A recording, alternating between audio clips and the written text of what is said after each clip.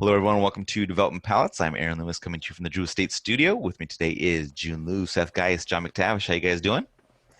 Doing well, man. I think that people are going to need to hold on to their hats because this could be an interesting review ride today. I That is don't think right. so at all, because I think consistently people have been saying the same thing about this. Oh, fair enough. We'll see. We'll see. So today we are talking about the Crowned Heads Las Calaveras Edición Limitada 2020 LC56. This cigar is a Toro Extra 6x56. Comes out of the My Father factory in Nicaragua. Wrapper is Ecuadorian Habano Oscuro. Binder and filter both from Nicaragua. Price point is $12.95. And the cigar was released in July of 2020. So with all that out of the way, June, what was your overall experience like with this cigar? Flavor profile wise, I didn't care for it. The burn was pretty average as well. So all in all, I just, from the first light and first draw, I immediately got this toasted bitter cedar to it, and minerality as well. And that was all basically there to it, to the cigar. There was no complexity. There was no depth of flavors. This is by far the worst Las Calaveras to come out.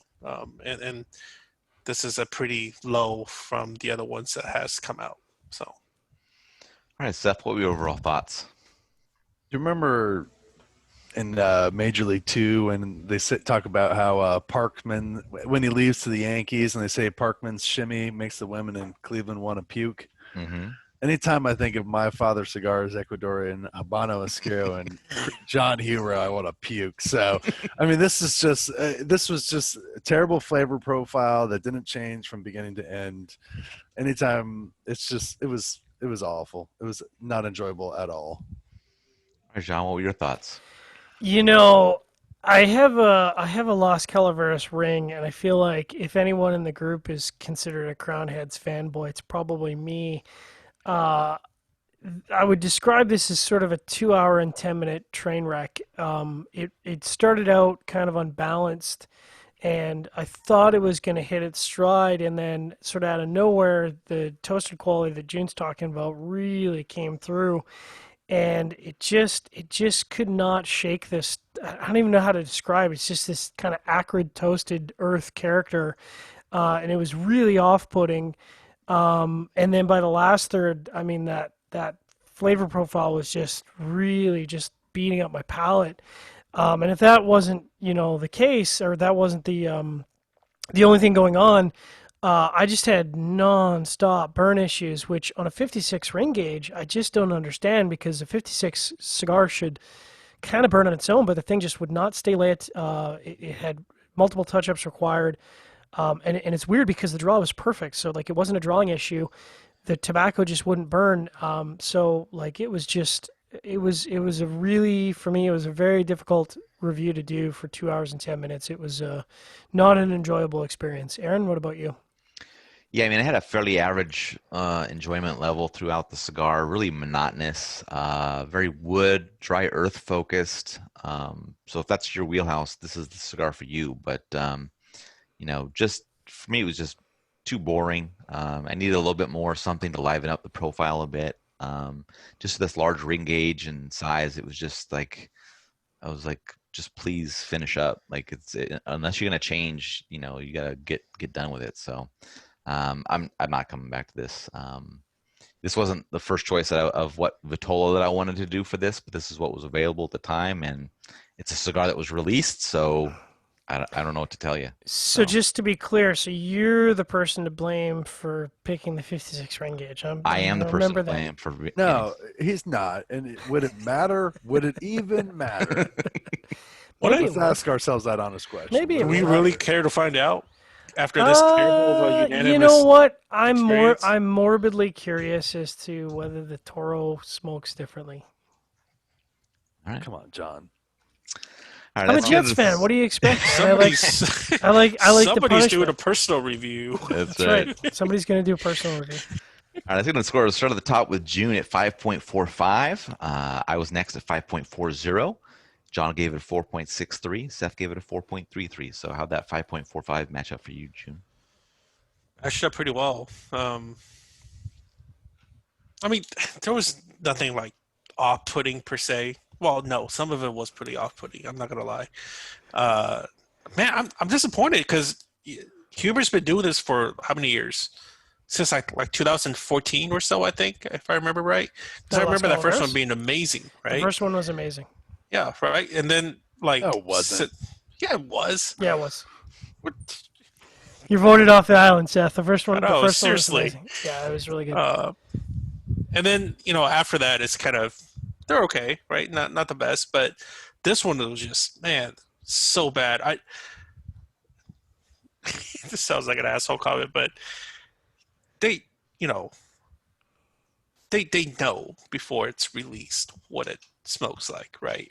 And Huber has a good palate, he does. So what I'm curious what happened, right? I'm very curious what happened. So this is not good. Who else reviewed this that didn't like it already? A Somebody lot of did. people. Yeah, I don't know if there's actually Like any outside of published us. reviews, but people have spoken about it, and I'm not going to say anything of who until they publish their reviews. But they could Oh, publish their okay, reviews that's and true. do it Yeah, that that's way. true. But Yeah, it was more You're- like just You're talking. right. You're right and wrong with each statement you said. What? So either you're right that John Huber has a great palate and they just put it out knowing it's terrible, or you're wrong that they put it out thinking it's terrible because John Huber does not have a good palate. That's so you're right and wrong.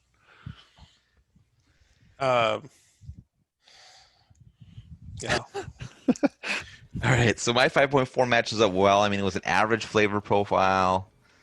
I had some, little burn stuff, wavy burn. You had to do a touch up to, so it's mid fives. That's what it is. All right, John, 4.63. Yeah, I mean, I'm honestly, and this isn't me being a jerk. I actually am kind of surprised it didn't score lower, just because the overall experience for me with you couple the sort of subpar last third with a really poor burn experience, and I mean, I don't want to be super negative, but if I'd been smoking this on my own, I would have pitched the cigar at the halfway point. So like, we're not CA. We don't smoke a third of a cigar. I had to smoke the entire thing, and I did. But it was very, very tough to get through. Very disappointing. I think if it wouldn't have had the burn issues, I honestly believe that the burn issues are probably the majority of the issues that I had. And if I wouldn't have had the burn issues, I would have scored in the low to mid fives. But it's tough to stay integrated with a review when the burn is that bad. Seth? I'm just saying that you and Jiunn should be loving me and thanking me because while my 4.33 will get the attention, I will be a hater.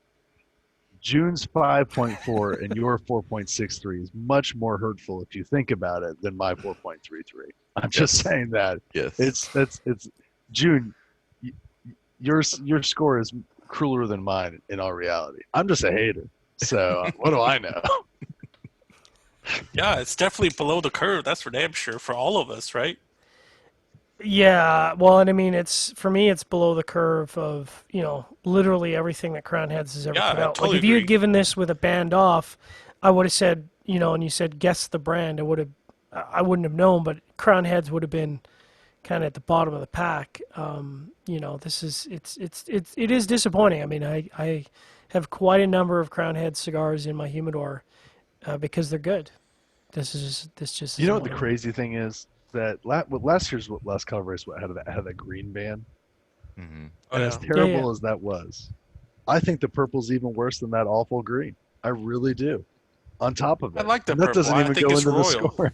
I think it's Right. royal. This is the worst royalty I've ever seen. So how'd your 4.33 match up, Seth? Maybe they went to talk to Tapsa about their marketing. It lines up.